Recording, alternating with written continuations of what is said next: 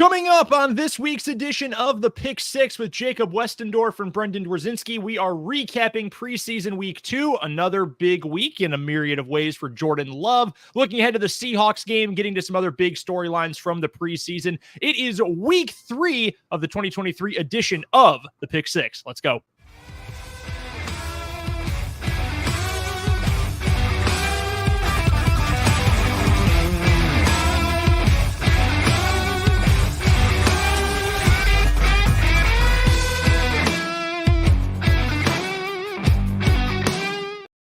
And welcome to the Pick Six. Week 2 of the preseason is in the books. We are getting ready for week 3 and a visit from the Seattle Seahawks and the one and only the ageless Pete Carroll. He is the smarter, more talented, more connected, and better looking half of the show, Jacob Westendorf. I am your humble host, Brendan Dworzinski. Appreciate you guys for hanging out with us live on YouTube, Facebook, Twitter, everywhere. Well, X, whatever it's called, everywhere live here on Tuesday night. Or if you're listening to the podcast version, we appreciate you hanging out with us today as well. Jacob, we've got a ton to get to today. Pretty impressive outing, I thought, at least at the beginning for the starters offensively for the Packers in week 2. Well, let's correct that. The very start wasn't all that great, but after a little while, they got punched in the mouth. They responded. We'll get to all of that, including the response from some of the offensive linemen sticking up for their quarterback as well. We'll talk some offensive game planning. We'll predict wide receiving leaders or just receiving leaders in general for the Packers this year. I have a feeling I know where one of my questions is going to go answer-wise with Jacob based on our conversations last week.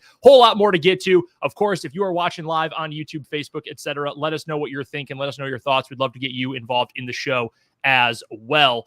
How'd you feel about preseason week 2? Are you feeling a little bit more in midseason form? Oh, yeah. That was definitely, I was set up. I told my family we were on a trip. We took my daughter, and mostly my daughter. Deacon was there, but it was just like whatever. But we took them to the zoo, and then on Saturday we went to this aquarium in Milwaukee, and everything we were doing, I just told them, whatever it is that we got to do, I got to be done and ready by 6:30. Well, the game wasn't until 7. So I said that knowing how my family operates, because they're not sports fans like I am. So it's like, when the game starts, that's not as big of a deal to me as it, or to them as it might be to me. But definitely in midseason form was frustrated with the Josh Meyer. Like, I get super frustrated with mistakes that I find to be just completely avoidable. Like sometimes, like there's an interception that comes to mind last year where Rodgers just got clearly fooled by the defense. He threw the ball, the safety jumped it got picked. Like, that happens. But snapping the ball is like the most basic function of an offense in Pee-wee football. Like, it just is. So all of that means, when they fumble the snap to start the game, essentially, it's like, well, because my hope for these preseason games is the Packers take the first drive, go 8 plays, 80 yards and a touchdown, and then the starters go sit down. And that can't happen when you fumble the ball. And I'm always a believer of, like, whenever you're doing anything, that you should finish on a good note. So, like, if you're practicing pitching in your backyard, your last pitch, for example, should be a strike. Well, you can't end the night on a fumble either. Like, that's my take on that. I don't know how coaches feel about that, but I feel a lot better. I think the team is in a good spot going into week 3 of the preseason. They're going to play their starters, according to Matt LaFleur, unless he's changed his mind, but he was pretty definitive that, like, I think he said flat out, Jordan is going to play. Good.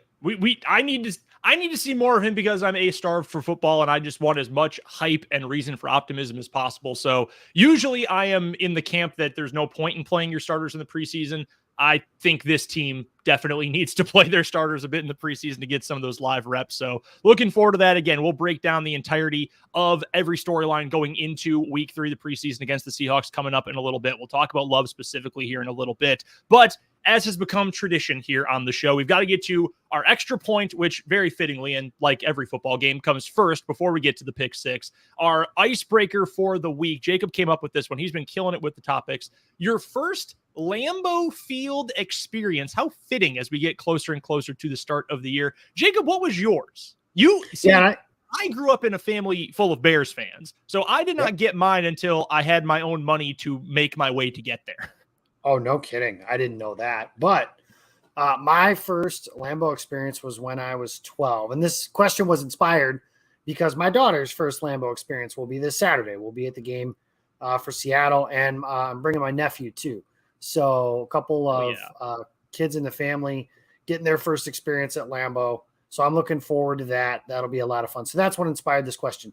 My first experience, I was 12. It was 2003, the same year as We Want the Ball and We're Going to Score. The Irvin Favre passes away towards the end of the season. Favre rips apart the Raiders like 3 days later. They get into the playoffs because Nathan Poole, who earned the key to the city on that particular day against Minnesota, against Minnesota. It was a Monday night game. It was raining, and we found out, my brother and I, on the way to the game, that we did not have tickets as we left Rockford for Green Bay, Wisconsin. And it was me, my brother, my dad, and my uncle. And my dad and my uncle were Eagles fans. My brother and I are Packer fans. And so going to the game was going to be, a really cool experience for all of us, because I don't think to date either of those had seen the Eagles play in person either. I'd ask one, but I don't think he'd answer. And I can ask my uncle after the show if you guys would really like for that. But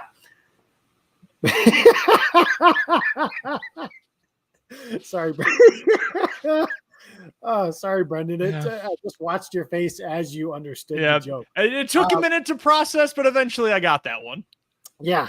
Anyways, we get up to the game, and we find out that we don't have tickets, and I can just feel the energy. My dad told me later, he told my uncle that I am not explaining to this 12-year-old and this 10-year-old that we don't have tickets to something they've been looking forward to for weeks. So my uncle goes out. Parenting. Yeah. So my uncle goes out to Scalper's Row, and he says that basically he'll pay $200 for this pair of tickets, and he got them. And my first Lambeau experience, we had 4 tickets. And my uncle said the bad news was we weren't sitting together, to which I was like, okay, whatever.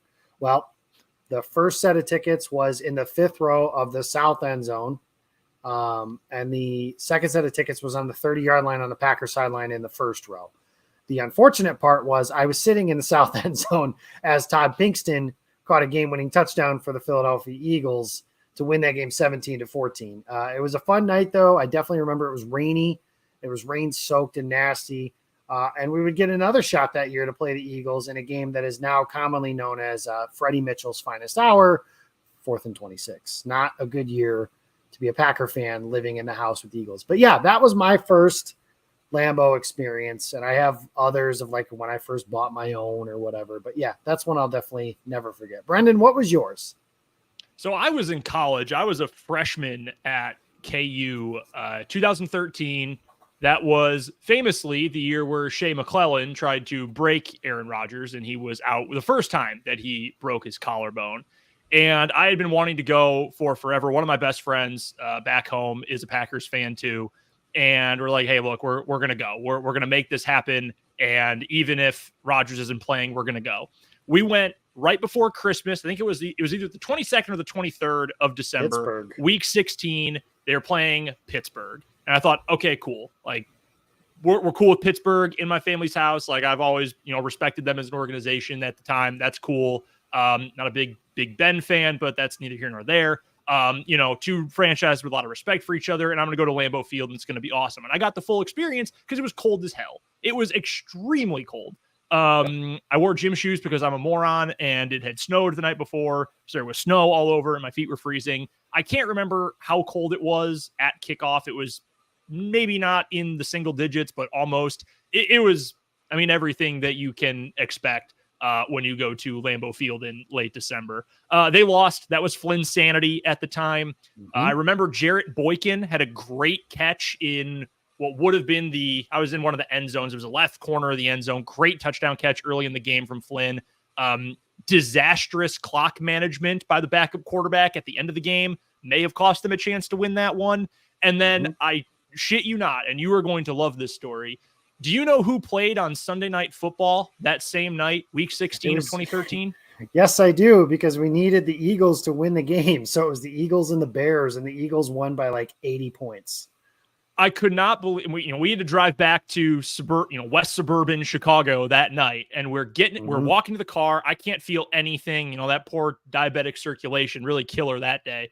We're walking out of Lambeau Field, and every single person that I could see was chanting, "Let's go Eagles." I could not believe it. It was incredible to hear that at Lambeau Field. And then they beat the tar out of the Bears, and we all know what happened the next week in Chicago, which I was not there for that one. But that was the first of just 2 times that I had been there. And that one was memorable, but sadly a loss. What's the other one then? Aaron Rodgers' perfect passer rating game against the Raiders, 2019. Oh, sure. Yeah, I was there too. Okay. Yeah, that was the night after. Damn. No, I didn't. We didn't know each other yet. I had a friend of mine who was coming down. He lives out in Colorado. He's a oh, wow, Matt, that was a great one. Packers beat the piss out of the Broncos. Unfortunately, not the Super Bowl preview we thought it was because Elway didn't play that day. But yeah, the guy who went with my brother to the game is from Colorado. He's a Raider fan. Knocks on my door at 2:00 in the morning and rings the doorbell, and he's pissed drunk. And I was like, you are so lucky. My daughter at the time was 1 month old. I'm like, you are so lucky that she was not home. She was at my parents' house because they knew we were going to the game the next day. And I was like, so I refer to him now as Disrespectful Dant because he's a disrespectful piece of garbage for ringing my doorbell at 2:00 in the morning. And I'm not going to make the reference of the sporting event that happened that particular night because I've promised not to make references to a baseball team. But let's just say that there was a buzz in the air, maybe underneath the shirt of a certain player for the Houston Astros or something like that. So that had just happened 4 hours prior. So I was already pissed about that. And yes, Kawano, I remember the 2019 Raiders thing because tell the rest of the story about how we were supposed to meet up and you ditched me. Go on. What's our first topic? Oof. Brutal. Mike's not even on a mic to defend himself. Oh, that's we'll get Mike in the comments here to he doesn't deserve to defend himself for that because guy from Hawaii never comes to Green Bay. And sorry, but I'm like broke and it costs $1 billion to drink water in Hawaii. So I'm not going there. It is damn beautiful you there, though. I've never been. It's worth the trip if you're ever able to make it. I was there for my honeymoon. It's absolutely lovely. Next time I get married, I'll try that. Don't tell Frankie that. All right, let's get to some actual going on now 2023 Packers talk. Let's look back, Jacob, to this past Saturday, preseason game number 2. Didn't start out well at all. You mentioned it right at the top as we were leading things off. The fumbled snap, I don't know if it was 100% Myers' fault. I don't know if part of it was Love's fault, not being prepared. John Kuhn talked about it a little on the broadcast. I lean toward blaming Myers on that one, but I don't know exactly what the checks were at the line, so I'm not going to, speak out of turn here. But after Matt LaFleur basically said that they're coached to snap the ball if somebody moved. So there was a defender for the Patriots that jumped, but he didn't get far enough into the zone. So, it's still Myers' fault, but it's also kind of a play that, Love should catch the ball, basically. Sure. But, yeah, I mean, it's on Myers more than Love, but there's a slight amount of that blame pie that goes to Jordan Love, too. So after that moment, there were really 2 other headlines from a 1,000-foot perspective to the game. One, it ends 10.5 minutes early because of the very scary hit to Isaiah Bolden. Thankfully, he's okay back with the team. That is a major relief. And then it's the touchdown drive for Jordan Love. And it was working the ball down the field effectively. It was getting popped late, getting back up and barking at defensive linemen. A phenomenal throw to Jaden Reed and a great finish by Reed as well to score the touchdown. And then that was it for the starting offense. And Love finishes 5 of 8. I believe it was 83 yards and a touchdown. Not his best at the very beginning, kind of similar to preseason game number 1. But he comes back, has a beautiful drive to score. That's headline stuff. Sean Clifford did what he will always do. And why I told you last week, I am excited, but also very scared about him as a backup quarterback because, God, that is terrifying sometimes the way he throws like his eyes are closed. We saw maybe not quite as much in terms of dynamic play from some of the reserve running backs who were fighting for one of those last roster spots. I thought defensively there were some bright spots up front. Carrington Valentine, who's been a camp darling so far, not his finest hour on the field. What are some of the biggest things, or maybe the one big overarching thing you take away from last Saturday's game? Yeah, that this pass rush has the potential to be a buzzsaw.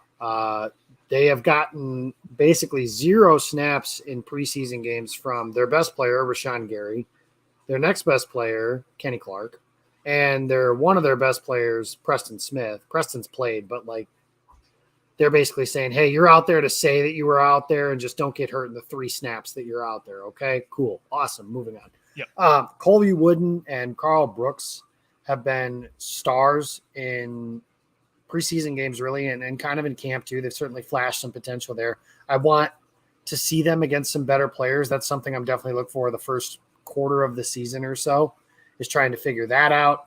And JJ Nagbare, that's a guy who you could have argued him anywhere from, without Gary, 2nd to 5th on the depth chart.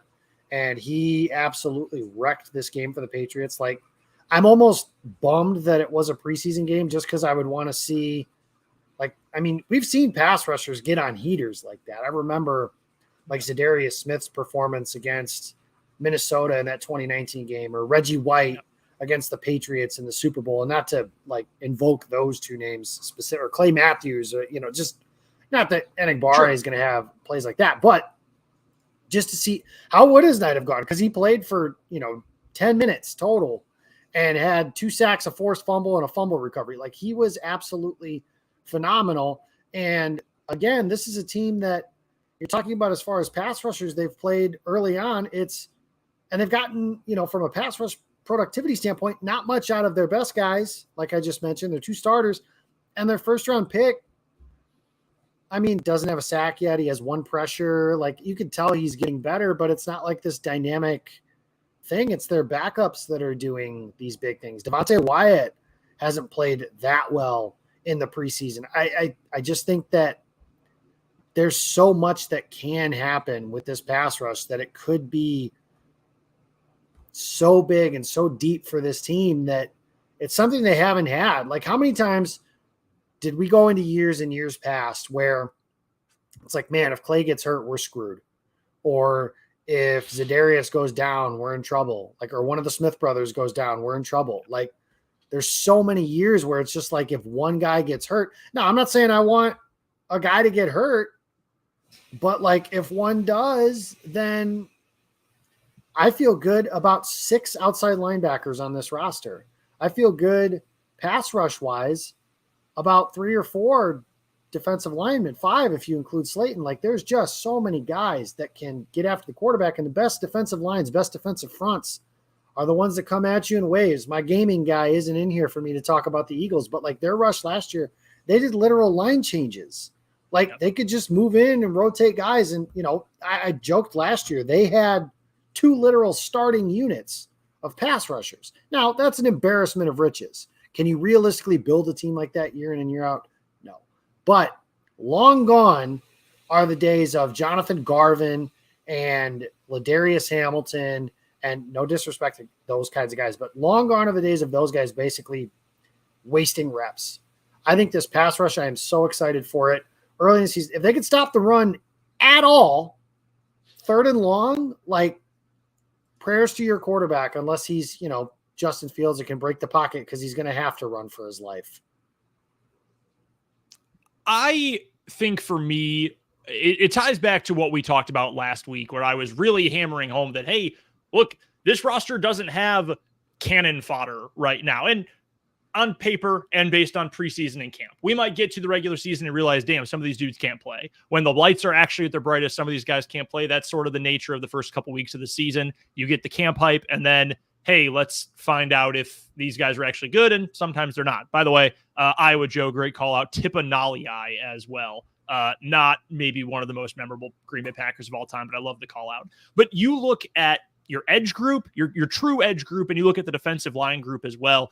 There are going to be legitimately difficult depth chart and roster decisions. And to your point about, well, if Big Z goes down, we're screwed. Or if Clay Matthews goes down, we are screwed. And the Packers had to deal with that particular case a couple of times during his illustrious career in Green Bay. But up front, Carl Brooks is turning heads. I loved that pick. That was one of my favorite picks in the whole draft. The sack that he had that was wiped away, like, I don't mean to invoke this name because this name gives me nightmares and this family was sent solely to torment me.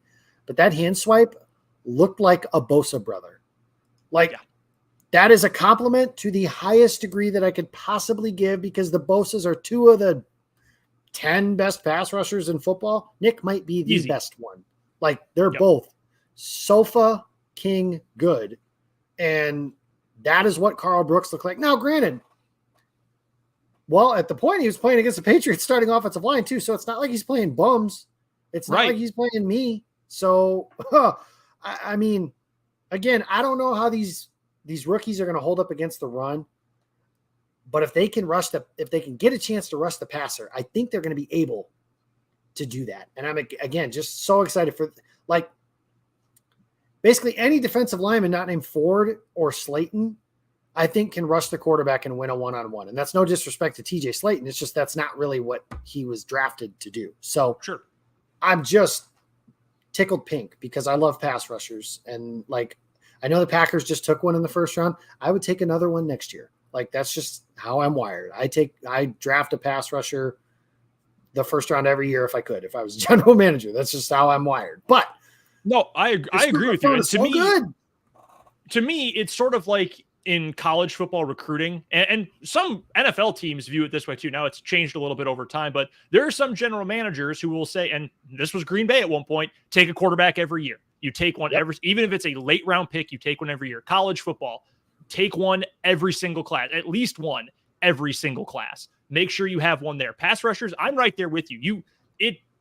Sorry to make another cross-sport reference here. It is relief pitchers in baseball. You get to the trade deadline every single year, August 1st, every single year. Who could use relief pitching? Literally everyone. Every single team could use more relief help when you're making a playoff push. Pass rushers are the same thing. You can never have enough guys who can come off the edge, who can penetrate from the middle, etc. Someone's making a dirty joke, so be it with the penetration word. But like the defensive line specifically, mentioning Carl Brooks, it's been difficult in recent years for the Packers to field 3 starting caliber defensive linemen. And depending on what you think about Dean Lowry, they may not have been fielding 3 NFL caliber defensive linemen. By the way, I don't remember if I brought this up last week. I heard Paul Allen say on the Vikings broadcast, I was watching their game on NFL Network week 1. They showed Dean Lowry in street clothes. And he says, it didn't talk about Kenny Clark and the Smiths there in Green Bay, but really the guy who was making it happen was right here, Dean Lowry. Like, shut the hell up, you old fool. You are an idiot. Listen, but anyway, Dean had better games than like what the common Packer fan might think. But like, I don't remember the Dean Lowry game, like the game where he just I remember like a pick 6 he had. I remember an interception against Chicago, but I can't remember coming out of a game being like, he said the Smiths. Like, I remember Zadarius Smith ruining an offense for a day. I don't remember Dean Lowry doing that ever. Oh, never. Not even once. He had moments. Shout out to my guy Peter in the Dean Lowry fan club, but no, he wasn't that kind of guy. So the fact that you might legitimately have Clark, Slayton, Wyatt, and hopefully something out of Carl Brooks, even if no one else takes a step forward this year, that's better than it's been. Now, the bar is below the Earth's mantle, but it's at least something that is a positive step for this defensive roster. Edge group, exact same thing.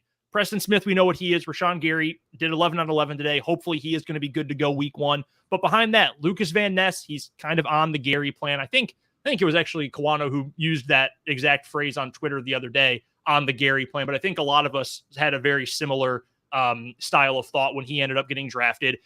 Brenton Cox is going to make this a very difficult final cutdown day because while he comes with baggage, like getting kicked off of 2 good SEC programs, including Georgia, the dude's got skill. There's a reason he was able to play at both Georgia and Florida. So that at the very least, Jacob, is going to make this difficult to figure out who's going to be the 53. Same thing on offense, the wide receiver room. It was Matt in the YouTube comments earlier. Malik Heath, how do you keep him off the roster at this point as a UDFA? You drafted a bunch of dudes as well in the back end of the draft. There is legitimate depth and talent that you're going to have to make tough decisions about, which again, and I don't want to be a total prisoner of the moment, but as we have seen when we get to November, December in recent years, there's none of that. I mean, you can go 2 years ago when the Packers were the best team in the NFC in the regular season, And the problem we talked about going into the playoffs was, what if someone gets hurt or someone has a bad game? Who is going to step up? Matt Freilich and I had that conversation on the final dump, I don't know how many times, that the top of this roster is awesome. Everything else after that, yikes. And now maybe the top of the roster isn't quite as good. There's no Aaron Rodgers. There's no Devontae Adams. I get those kinds of things. But if you've got legitimate depth, floor-raising depth, that changes your entire outlook, I think, and it makes things easier for guys like Jordan Love, among others, or even Joe Barry, if you want to spin it that way defensively, to know, hey, we've got guys who can fill in, who can make plays, whether we're using guy number 1 or guy number 46 on the game day roster. Yeah, I always kind of chuckle with the fans when it's like, next man up. It's like, well, most of the time the next man up sucks. Like, there is no next man up when like Aaron Rodgers in recent years got hurt and everyone's be like, oh, team's got to have next man up mentality. Sure, the team does, because what are they supposed to say? Oh, we're screwed, roll over and die? No, but I don't like the mentality is not going to make Seneca Wallace a better player. The mentality is not going to make Graham Harrell a better player or anything like that. I think you're right that, again, they don't have the league MVP on the team. They don't have the best receiver in football on the team. But like the middle to bottom of the roster is much better, in my opinion, right now than it was in 2020, especially last year. The middle and bottom of the roster last year was not very good, or it was really, really, really young in the cases of some places. But again, just curious to see where it goes. You talk about the cut down days and everything like that. I mean, I'm a believer that 7 receivers is excessive. I think just cut a guy and get him back on the practice squad. Chances are you're probably not going to miss him that much if he gets claimed. I think Andy Herman said last year that 10 guys got claimed across the entire league after they got cut on cut down day. The strategy, if you will, that I have, if they need to go heavier at another position, you mentioned Brenton Cox as keeping a 6th edge in hopes that he doesn't get claimed. Okay, keep 2 quarterbacks and keep 2 running backs, and that's it. You can use the new practice squad rules to elevate Patrick Taylor or Tyler Goodson or Emmanuel Wilson, or, if they get Marshawn Lynch to come out of retirement or whatever, like they can just use those rules that way. Well, now those rules play to your advantage because you can go heavier at a position like that and lighter somewhere else. And frankly, like if Aaron Jones or AJ Dillon, God forbid, go down, then you have the ability to sign those guys off of the practice squad.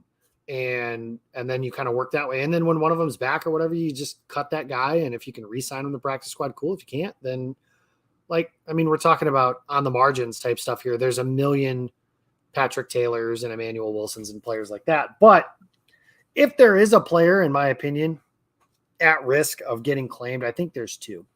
And Brenton Cox is one.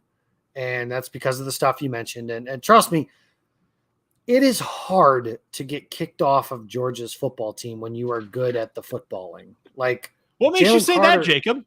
I don't know. I mean, Jalen Carter might have killed a person. Like, it's bad, right? Florida, same thing. They literally did have a guy who killed somebody years ago. And Urban Meyer, who whatever. Like, Urban's like, what? Couldn't bother me none. Like, it's hard to get kicked out of the SEC football, in any football program for that matter, if you're good at football. But he's one. He's very talented, and he's a pass rusher, like a very valuable position where people are always looking for cheap, productive labor. The other one, in my opinion, is Jonathan Ford, and that is just planet theory type stuff. And the fact that Ted Thompson used to always say, the good Lord only made so many big guys that can move like that. And Ford has had a jump this preseason. Brian Gutekunst talked about it. They rostered him all last year, and there are just only so many. Like, Slayton is really the only nose that they have on the team. If they're going to have Kenny Clark play D end, then that's a guy who I think you got to keep. And again, that's how do you do that? 2 quarterbacks, 2 running backs. And again, when we get back to the receiver discussion, I personally think 7's excessive because they're never going to have 7 guys with a helmet on game day, and they're never going to play 7 receivers. Like, they're not going to do that. They operate with 2 tight ends. They operate with 2 running backs a bunch. And I think the one thing I do know is my guy, Matt Jensen, the president of the Matt Saracen fan club, said this best. Malik Heath is the fourth best receiver on this team right now. Could that change? Could it be Dontavion Wicks? Could it be Grant DeBose at someday? Someday, maybe. I'm not as big on Samori Toure as some people are. I did not realize he had the fan club that he had, but people were not happy when I said they should cut him.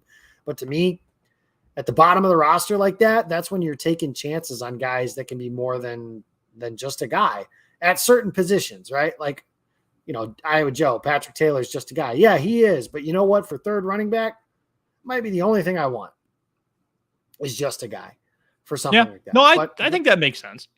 But I think that's, that's kind of restricted at the bottom. By the way, the point about Samori Toure, and I know Iowa Joe knows this, that's Nebraska fans. They'll respect their guys even when they're on They are weird. They are weird people. I mean, shout out to the bug eaters out there, though. I knew they were delusional because they think the 97 Huskers would beat the 97 Michigan Wolverines, and that's delusional enough. But these people that think like Scott Frost was the second coming. Scott Frost has one more winning season than you and I do as college head coaches, Brendan. Did you know that? I'll take 1/10 of his salary with those kind of numbers, honestly. Right, exactly. The buyout anyway. But you would think Samori Toure was Devontae Adams, just wearing number 83 and being a lot smaller and not as good at football. Yeah, no, that's camp though, right? Like guys develop fan clubs, and that's they get burned when those guys get cut or they're not actually good. But hey, that's when hope springs eternal in the football world. I did want to touch on those quarterbacks you mentioned, just keeping two. I'm with you. I'm sorry to Alex Magoo, but I don't think that's a necessary roster addition. Clifford is obviously going to be around. Jordan Love is obviously going to be your starter. I don't think we need to spend a whole lot of time on how well Jordan actually played this week. I think what happened on his final drive before the touchdowns may be the bigger deal, because frankly, it was a lot of the same as week one of the preseason, right? It was a couple slow developing things early on. I thought the offensive line actually had some really good push on some of those early run plays, but you had whatever the mistake was on the fumbled snap. You had some things that just weren't really clicking.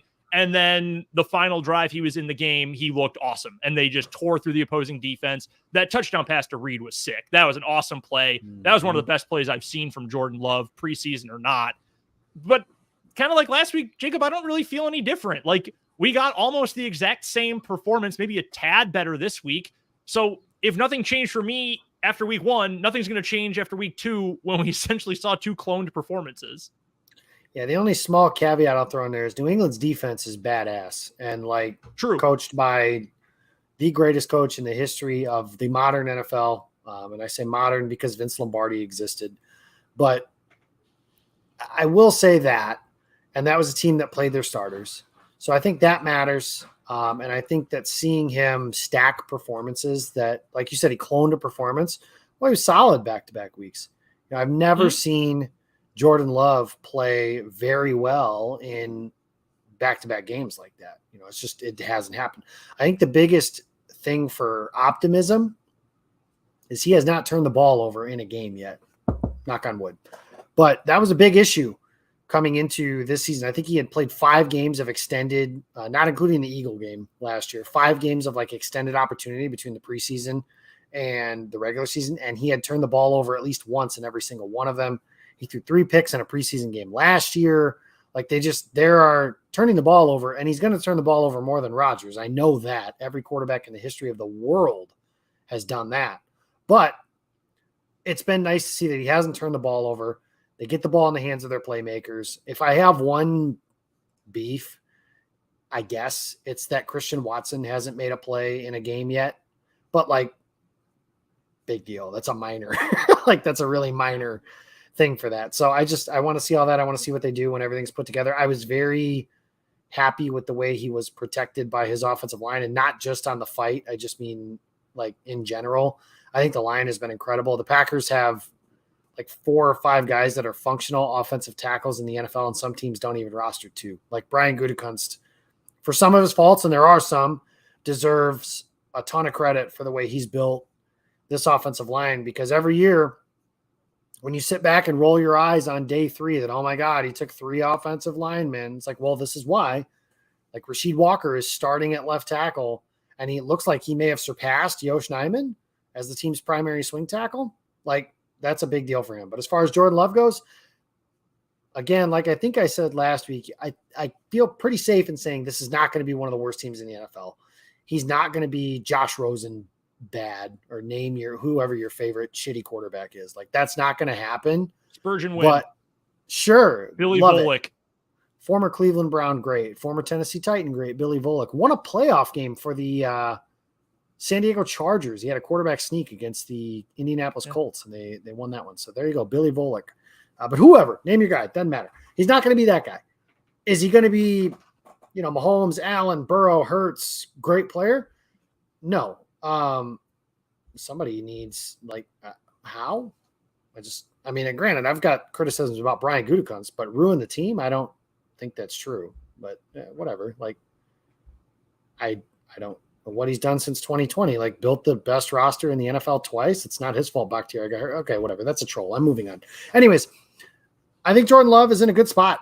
And I like the way I just want to see him stack one last good performance against a good team. Seattle is a team with a reputation. I think they'll try in the preseason, which matters. If you're playing a team that just doesn't care, then it doesn't matter that much. But I think Seattle is a team that will try because Pete Carroll's old and he's old school because of that. So I'm excited to see that this week.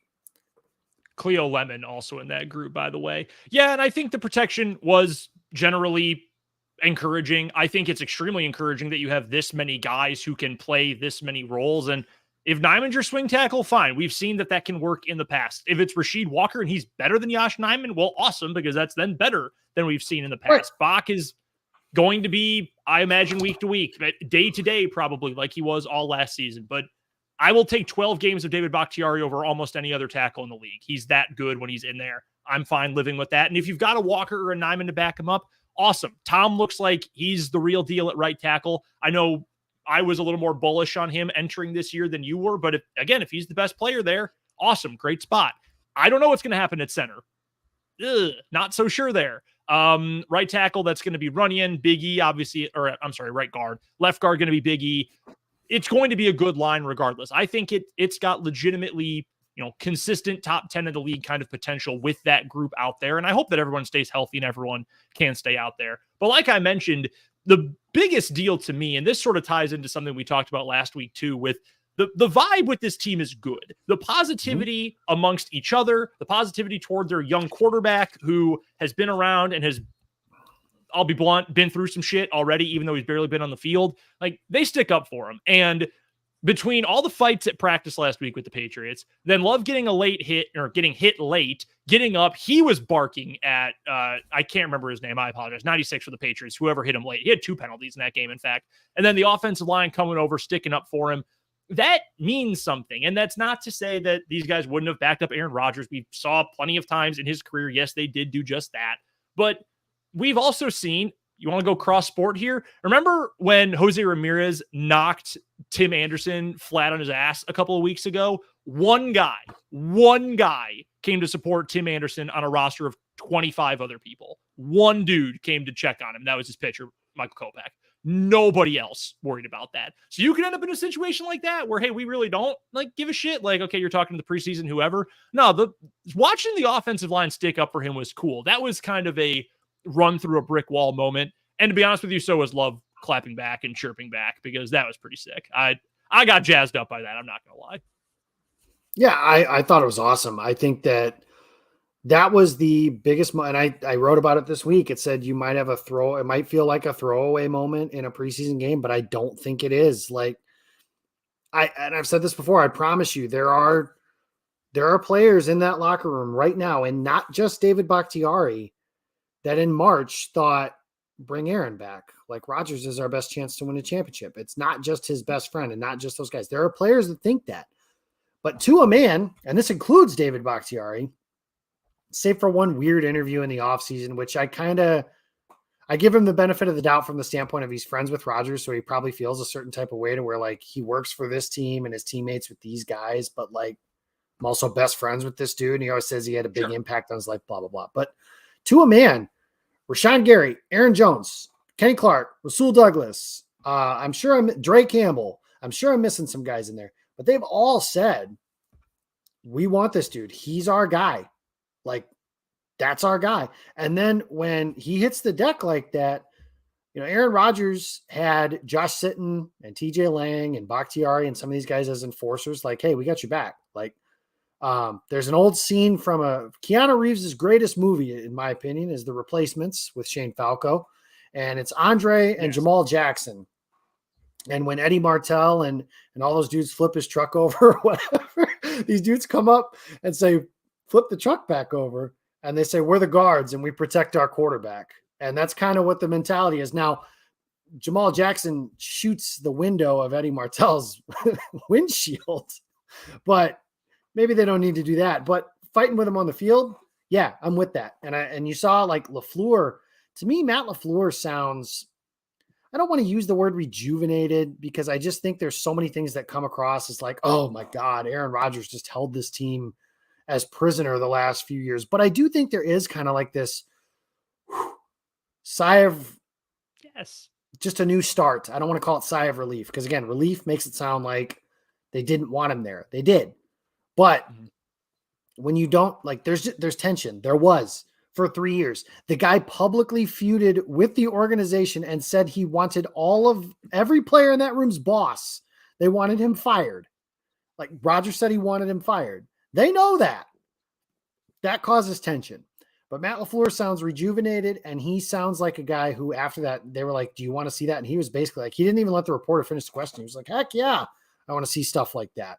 That's awesome what Zach Tom did. That was very cool to see. Again, I don't think it was a throwaway moment.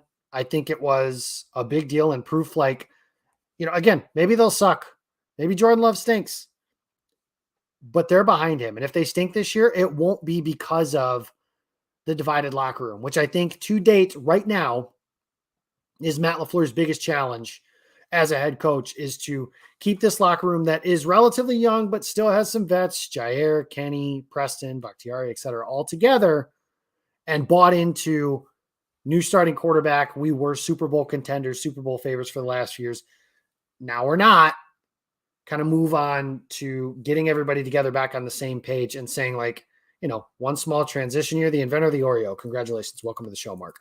And happy day to your son. Getting to have them all together for a small reset this year. And then next year, if Jordan Love shows that he's good, next year is the year to kind of run with it. By the way, two quick things I want to get to here. One, Mark with a great take too on the Zach Tom train. Mark Shrove, a very smart guy. I've come to know that very quickly. Very bald. Has no hair. Yeah, I don't know a whole lot about that. Also, you taking the replacements over Bill and Ted's Excellent Adventure? I am. Shane Falco is one of the few. Actually, I think it's the only. It has to be. No, it doesn't have to be because they made a couple like Savages shirts from 2019. But the only thing I ever bought from Barstool was Pain Heals, Chicks Dig Scars, and Glory Lasts Forever. Like Shane Falco's hilarious. And that whole movie I think is hilarious. Nigel Gruff, kicker, great legendary character. Yeah, I mean that scene with Andre and Jamal Jackson, like I just talked about, that was awesome. Danny Bateman, that was awesome. I'm trying to think oh God, what was his name? The cornerback from prison that they literally pulled out of jail to be like, that was hilarious. Yeah. I love that movie. That is one of my top, if I made a top 10 list of movies, it's in that top 10. Does it ever occur to you, and our guy NFL Beatster as well mentioned this on YouTube, does it ever occur to you that Keanu Reeves played a former Ohio State quarterback in two different movies? No. It was Shane Falco and Johnny Utah. Oh gosh. Okay. No, I didn't. Isn't that weird? Shane Falco, he must be a Buckeye fan or something. I hope not. Because apparently so. We have some quick hitters we're going to get to coming up a little bit later on in the show. I want to talk a little bit about the Seahawks game. I wanted to get a couple of, not really props, but some predictions for a couple of the Packers receivers. But there's also something that I wanted to follow up that I know you've really been hammering on Twitter, X, Zitter, whatever, for a while. And I know you've talked about it on podcasts as well.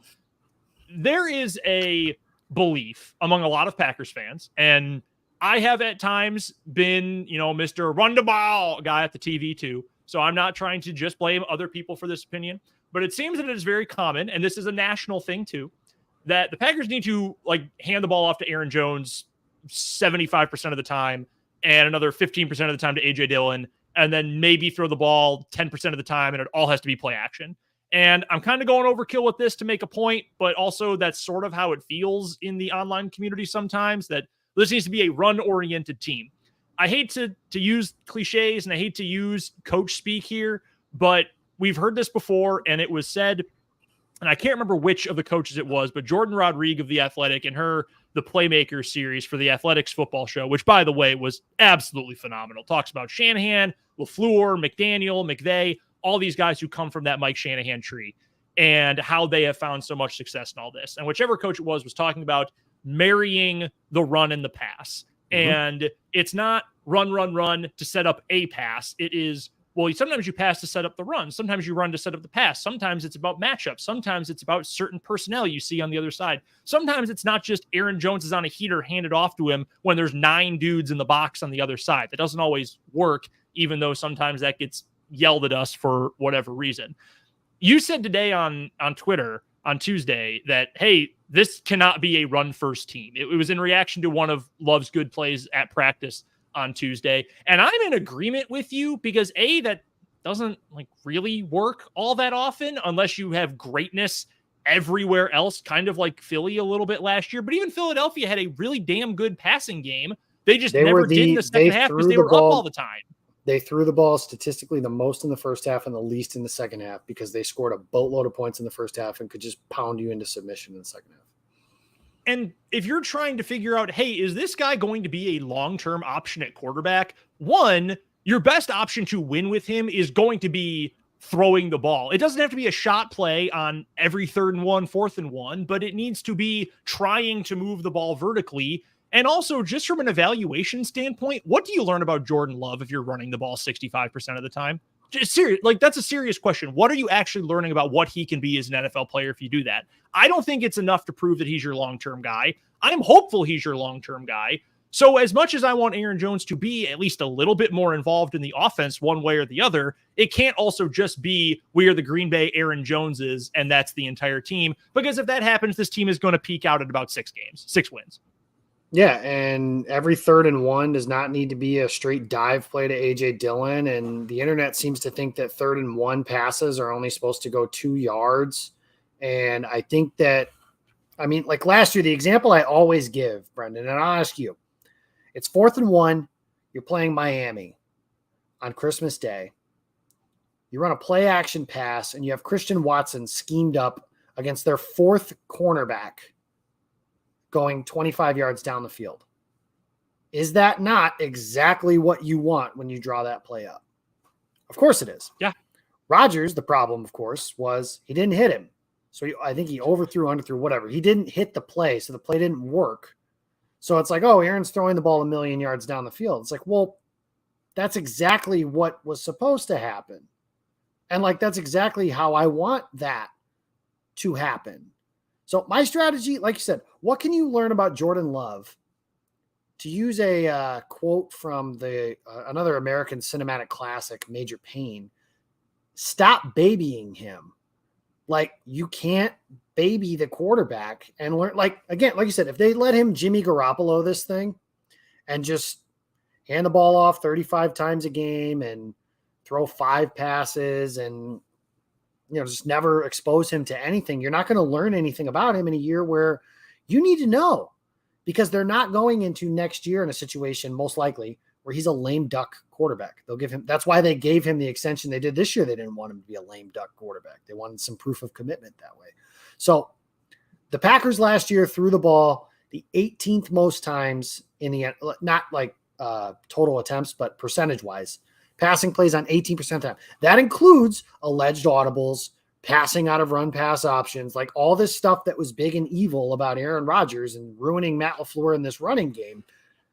18th most, and it was a team that finished 8-9. So it's not like they were 13-4 and running the ball a bunch because they were winning by a bunch of points. That was not what was happening. They need to sling this motherfucker. Like, line it up. Teams are going to force Jordan Love to beat them, oblige them, give him that opportunity and learn if he can. Because if he can't, then you want a different quarterback anyways. Mm-hmm. But if he can, then you know you got your dude, and that is the matchup that they are giving you that is going to win the game. And to LaFleur's credit, for the most part, like there was a game, his first season against the Eagles, where that team was the number one team in the NFL at run against the run. And everyone was like, oh, LaFleur's got this outside zone running game. He's going to be like Shanahan and want to run it a bunch or whatever. And I think they ran it like 7 times total in that game. Mm-hmm. It wasn't a lot. So, like, to me, that was proof of, is your philosophy to run your offense or is it to win the game? And, like, yeah, if the Packers are playing the 32nd ranked run defense, I want them to run the ball. That's the matchup. But overall, this is a passing league. And run the ball and win with defense and all this stuff that you hear is these old cliches. They're old cliches for a reason because they're not real anymore. The final score of last year's Super Bowl was 38-35. Score points. And the easiest way to score points, the fastest way to scoring points is through the air. So you got to learn what this quarterback is. Sling that rock. And I don't know if this is something you can really see in practice coming up in a preseason game, because it's dumb to say, hey, we're going to run the entire offense here. Like, we're going to play you a whole half and we're going to, pull out the week 1 playbook. That's not smart for anyone. So this is probably not something we can actually see in practice until we get to week 1. And honestly, probably not even there. I mean, it's probably going to take a while. I keep saying it over and over and over until I'm blue in the face, beating this dead horse beyond death, but it's going to take time and there are going to be growing pains. There are going to be games where this offense looks like garbage. It is going to look like something that Oscar the Grouch would not take into his can. It's going to be bad. There are also probably going to be some games where I scream, he's the one at the TV nonstop for 3 hours until like my wife leaves the apartment. Like it's going to be that. And that's part of the fun of a new quarterback, and not a new offense, but an offense that might look a little different, maybe refreshed. Maybe that's a good word for this offense. It'll look a little refreshed with fewer of the shots being called actually by the quarterback. But in terms of what we can actually see in the preseason, we can see Jordan Love do more of the same. I would love for it to not be bad drive, good drive alternating, or even bad drive, good drive. But I do think we can say, hey, can we get another touchdown drive? Can you go 75, 80? It doesn't even have to be a full field drive. They get the ball at the 40-yard line. Okay, just go 60 yards. If you get it on the plus 40, they get just 40 yards. I don't care. Can we see a solid scoring drive? Can we see you move the ball, not make any bad decisions, not throw it 18 yards over Luke Musgrave's head on a deep cross, something like that? Just, you said stacking it earlier, and I think that's the perfect way to put it. Stack the wins. Defensive line, we talked about them earlier. Have another good showing. No one needs to be great, but show, hey, this is real. This is repeatable. Wide receiver, Malik Heath, go out there and do what you've been doing. Go crush someone with a block and then catch 3 passes in the game. Just do what you've been doing. And that optimism, I think, continues because it's proof positive that this is repeatable and it's not just, it's preseason flukes. Because we see those every year for every team. Somebody on this team who's had a good camp or a good preseason, Jacob, is going to have a bad regular season or might not make it to the 53. Or by the middle of the year, we say, damn, that was just a specter in camp. He's not really an NFL guy. That's going to happen to every single team in the league. But as many guys as you can get who prove they can repeat this, even if it's against 2s, I don't care if it's against the 2s for Seattle or against the 1s or the 3s or whoever. Can you show us again that you are capable of doing this? Because 3 examples of that is better than 2 is better than 1. Yeah, absolutely. I think that, and I hope it is against the 1s because there is like Philly, Dallas, San Francisco. That's pretty much the consensus for the top 3 teams in the NFC. Seattle has an argument for being team number 4. And that's more of a byproduct of the fact that who the hell is team number 4? Like, I have no idea. Right. So, I want to see him against their 1s. I think Seattle's got a good, promising young defense that is going to be able to do some stuff against good teams during the regular season. Not suggesting the Packers aren't a good team. We just don't know. But as far as things I want to see, have to see, whatever you want to say it, these are basically things I want to see. Luke Musgrave, yak opportunity, and a real one, not like the one he had kind of last week where Love missed it. Like, I want to see a real one. I want to see a deep shot to Christian Watson and an explosive passing play that isn't just like the moon ball last week was nice, but you know what I mean? Where it's like deep crosser, like Jaden Reed's touchdown, but it goes for 25 yards instead of 11. And like he catches the ball and runs in for the score, that kind of thing. Defensively, I want to see that pass rush again, and specifically, Lucas Van Ness. Let's get home, man. I'm not suggesting I'm disappointed or anything because I still think he's going to be a hell of a player. But get these guys in and hit this quarterback because Geno can move a little bit if he's going to play. And Seattle's got some – Jackson Smith and Jigba's not going to play this week because he had wrist surgery, but they got some good receivers. If those guys are going to suit up and play, this is a good offense they could play against this weekend. So I'd like to see how that's going to work. And then just, again, like I said, keep getting after that quarterback because if you can do that, I mean, Buddy Ryan once said, no quarterback has ever completed a pass from his back. And then he also said they must go down and they must go down hard. So I'm all for that. Put the quarterback on his butt. That's the easiest way to neutralize. That's the only way that anybody's ever really beaten Patrick Mahomes, for example, is they've put him on his back enough or hit him enough, rattled him enough. That was the only way people beat Tom Brady. Like the Giants, they built teams that beat Brady that way. So those are the things I'd like to see. Those are the big ones. Again, put together a good, clean performance. Get the hell out of there without anybody getting injured. I love the point about the deep ball there because I think, this is going to sound insanely reductive to what it takes to be an NFL quarterback and deep ball passer, and I don't intend it to be that way. But there is a difference between huck it, chuck it deep for 40 yards and, one-on-one make a play, and we're actually running some sort of more intricate vertical concept, some sort of more intricate vertical play.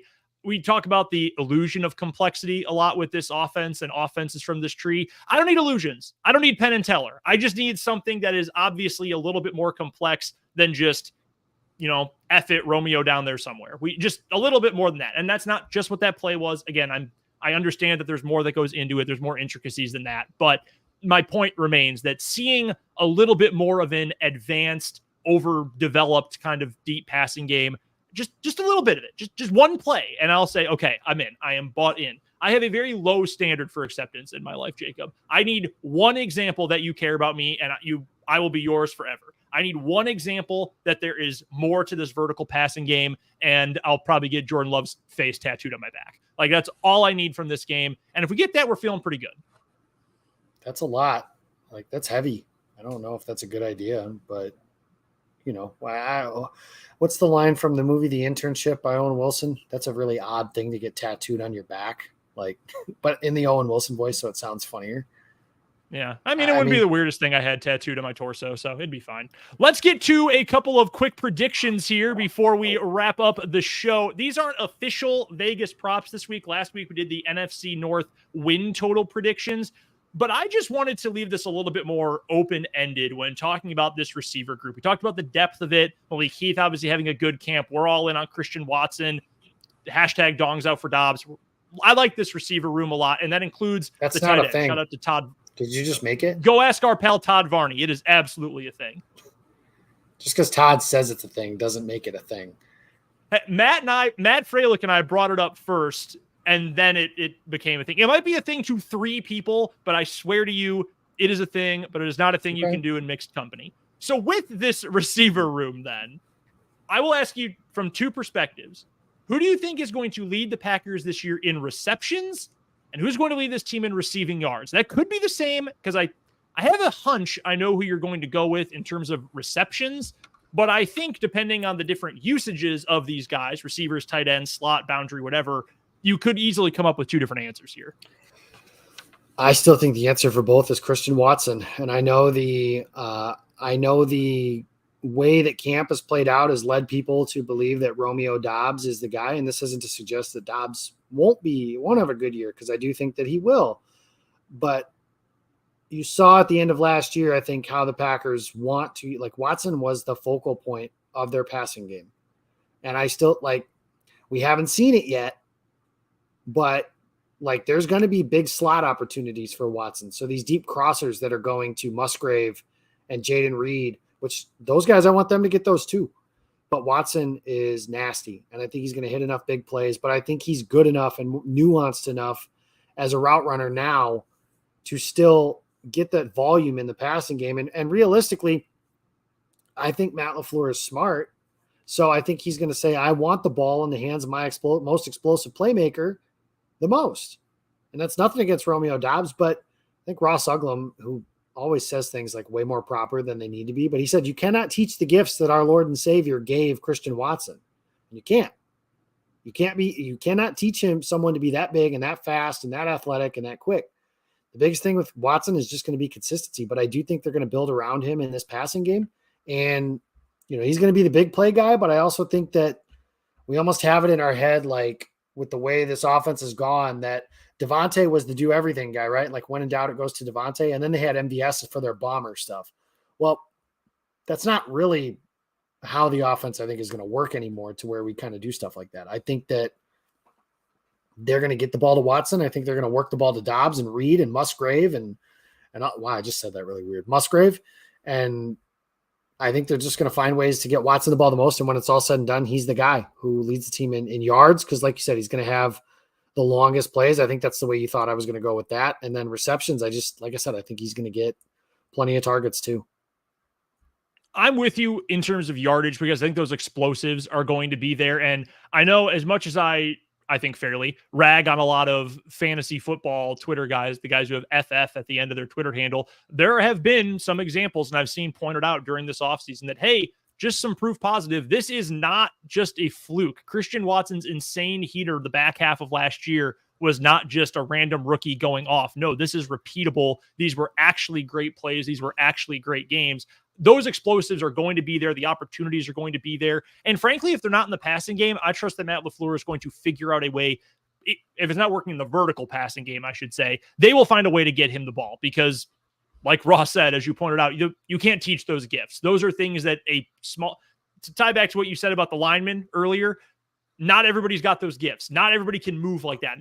I'm 6'4" too. I don't look like that, and I don't move like that one bit. That is unique, and especially for NFL players, let alone for regular idiots like me. I am going to go with Dobbs as the leader in terms of number of receptions, though. I remember must have been OTAs, it was minicamp, it was sometime earlier in the spring, earlier in the offseason, when we heard, hey, there's a real connection here. Like, Watson's obviously the stud. He's obviously the most gifted of these receivers. He's got the natural talent that you truly can't teach, but there really is an innate connection between Love and Dobbs, whether they worked on that last year when Dobbs was maybe not working with the ones quite as often. I don't know where that developed, but it sounded like there really was something there. We have seen that transpire during camp. We have seen that transpire during preseason games so far. The deep ball has not been especially good. There's a reason, I think, that through 2 games, the one of them that did work out was the one along that right rail to Romeo Dobbs, where he made the sensational catch to keep it in bounds last week. So I'm going to lean with Dobbs there, but again, I don't think he is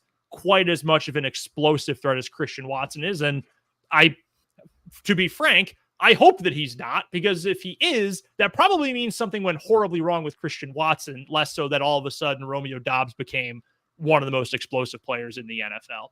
That is coming up this weekend. Packers-Seahawks preseason game number 3. And after that, week 1 against the Chicago Bears. We'll be back coming up next week to talk all about this matchup against the Seahawks, what went right, Jordan Love, the whole shebang. We're looking forward to that. Don't forget to check out the podcast. It's the Game On Wisconsin podcast feed, Spotify, Apple, wherever you get your podcasts. Go check it out. And of course, make sure you're following everybody involved here across social media. Game On Wisconsin on Twitter, Instagram, Facebook. I'm at Brendan DZW on Twitter. Jacob is at Jacob Westendorf. I'm feeling pretty good. I hope I have not pissed you off enough. You're like, wow, this dude is a moron. I can't host with him anymore. I'm hopeful. 3 weeks is more than I usually get with partners. So I'm hoping that we can get to week 4 here.